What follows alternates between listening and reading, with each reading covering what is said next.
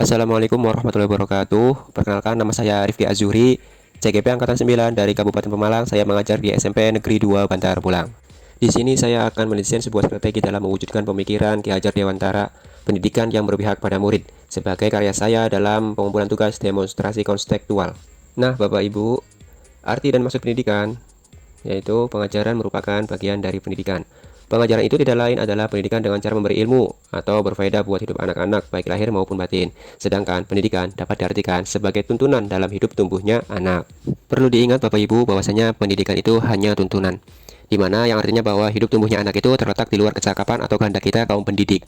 Seperti ibarat istilahnya anak sebagai biji padi, guru ibarat petani, dan lingkungan sekolah ibarat lahan petani, di mana biji padi itu akan tumbuh dengan baik apabila digarap dengan baik juga oleh petani dan mempunyai saluran irigasi yang bagus dan lahan yang subur, sehingga biji padi itu akan tumbuh menjadi padi yang berisi dan padat.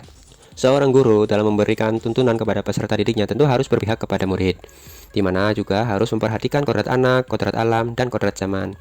Kodrat anak yaitu mengandung arti kita sebagai pendidik harus menebalkan garis-garis baik pada anak dan menyuramkan garis-garis jahat yang terdapat pada anak.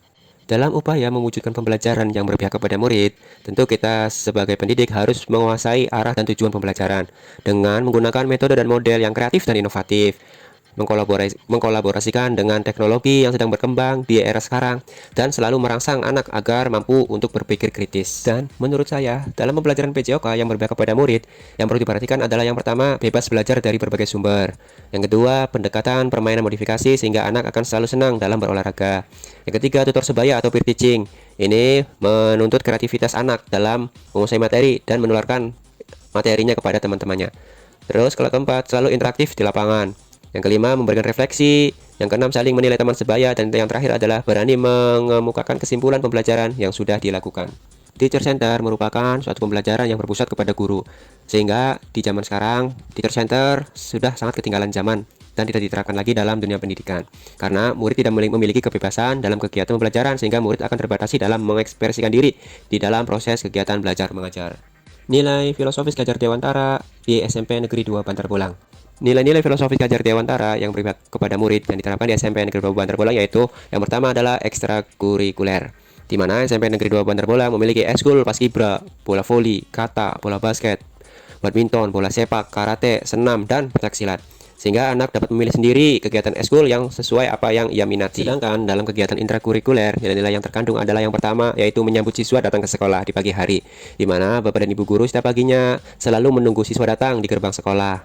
Yang kedua adalah adanya pembiasaan di setiap hari Sabtu, di mana sekolah saya menerapkan 5 pembiasaan, yaitu yang pertama adalah tentang kewirausahaan, tentang religi, tentang K3, tentang olahraga, dan literasi, di mana kegiatan ini rutin dilakukan dan silih bergantian di setiap hari Sabtu pagi, selama 1 jam pelajaran. Dalam menerapkan pembelajaran yang berpihak kepada murid, tentu memiliki tantangan. Yang pertama itu, tantangan pada murid itu sendiri.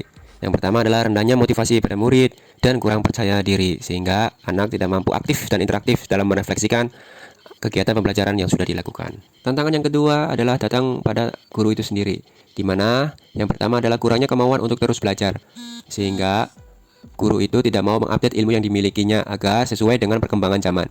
Yang kedua adalah kurangnya kolaborasi antara sesama guru. Dan yang ketiga adalah rendahnya kreatif dan inovatif guru dalam menciptakan suasana pembelajaran yang berpihak kepada murid. Nah, Bapak Ibu, solusi agar tercapainya pembelajaran yang berpihak kepada murid, tentu yang pertama adalah guru itu harus kreatif dan inovatif, menciptakan model pembelajaran yang sangat menyenangkan bagi siswa dan berpusat kepada murid. Yang kedua adalah mengikuti seminar atau diklat-diklat yang diadakan oleh Kemendikbud ataupun kementerian lain atau instansi lain, sehingga ilmu yang dimilikinya akan terus terupdate dan terbaharui sehingga mengikuti perkembangan zaman. Dan yang ketiga, yang terakhir adalah menjadi teladan siswa baik di sekolah maupun di rumah. Nah, kesimpulannya, jadilah guru yang selalu kreatif dalam menuntun peserta didiknya yang berpihak kepada murid, mengikuti kemajuan zaman, dan jadilah figur pendidik yang teladan bagi siswa-siswanya. Demikianlah penjelasan yang dapat saya sampaikan dalam upaya untuk memenuhi tugas demonstrasi konseptual program guru penggerak. Apabila ada kesalahan, saya mohon maaf. Akhirul kata, billahi taufiq wal hidayah. Wassalamualaikum warahmatullahi wabarakatuh.